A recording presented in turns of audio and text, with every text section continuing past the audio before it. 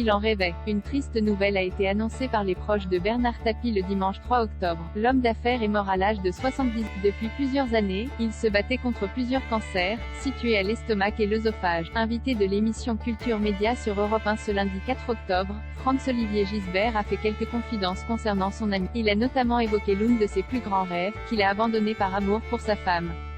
Lorsqu'il est devenu actionnaire du journal La Provence en 2012, Franz-Olivier Gisbert était persuadé que Bernard Tapie voulait conquérir la mairie de Marseille. Quand il m'appelle en me disant « j'aille acheter La Provence », je rigole.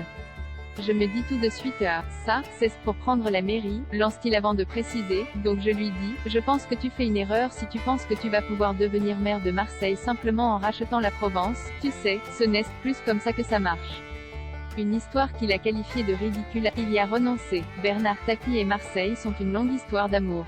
Ainsi, c'est sans surprise qu'il avait pour ambition de devenir maire de Marseille, affirme Franz-Olivier Gisbert.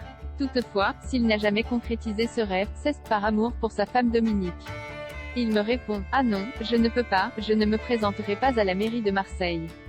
C'est exclu, ce n'est même pas la peine d'y penser parce que Dominique m'a dit que si je me présentais à la mairie, si je rentrais encore à nouveau en politique, elle me quittait, s'est souvenu le journaliste.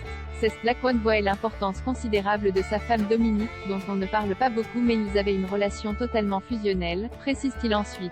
Si Bernard Tapie ne s'est jamais présenté, c'est parce que sa femme, qui voyait bien les choses, avait toujours pensé que la politique, ce n'était pas bon pour lui, ajoute-t-il.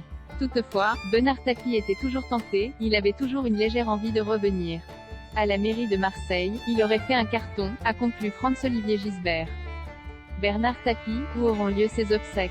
Dans le communiqué publié par les proches de Bernard Tapie pour annoncer sa mort, il est indiqué qu'il souhaitait être inhumé à Marseille, sa ville de cœur. C'est donc sans surprise qu'un hommage va lui être rendu au stade Vélodrome ce jeudi 7 octobre. En plus de la photo, accrochée dès ce dimanche, une chapelle ardente va être installée dans l'enceinte marseillaise. Ses obsèques ont lieu le lendemain à la cathédrale de la Major de la cité phocéenne où il reposera pour l'éternité.